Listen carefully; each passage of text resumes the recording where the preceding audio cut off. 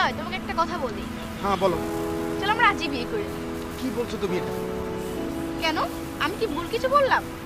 তুমি ঠিক বলছো, বাট আমার দিক থেকে এখন অনেক চাপ ব্যাপার। কেন? আমি সংসারের বড় ছেলে, তাছাড়া আমার উপরে সংসারের অনেক দায়িত্ব আছে। সব দায়িত্ব যদি তোমারই হবে, তাহলে আমার সাথে রিলেশন করার কি দরকার ছিল তোমার? কি বলো তুমি এটা? আমি বলতে কিছুই বলিনি। বাবা মার দায়িত্ব নিতে পারো, ভাই বোনের দায়িত্ব নিতে পারো, আর আমার দায়িত্ব নিতে গেলে তোমার এত প্রবলেম। প্লিজ নীলা, চুপ করো। আচ্ছা, আমি চুপ হয়ে গেলাম, বাট আমার লাস্ট কথা তোমাকে জানানো প্রয়োজন। হয়তো বেশি দিন আর তোমার সাথে আমার পক্ষে রিলেশন রাখাটা সম্ভব হবে না। প্লিজ নীলা, চুপ করো। হ্যাঁ, ঠিকই বলছি, এটাই আমার শেষ কথা।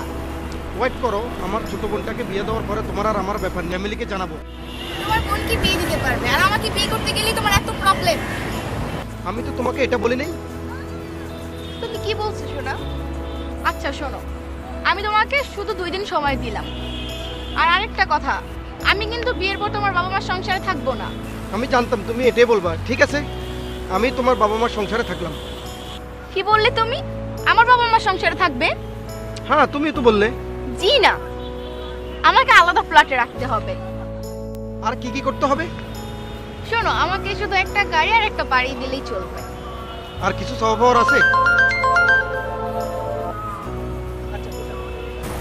হ্যাঁ বাবা, হ্যাঁ আমি আসছি।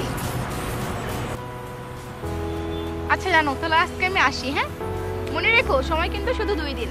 বাই। আরে মেয়েদের চাহিদা আগে জানলে প্রেমে করতে হবে।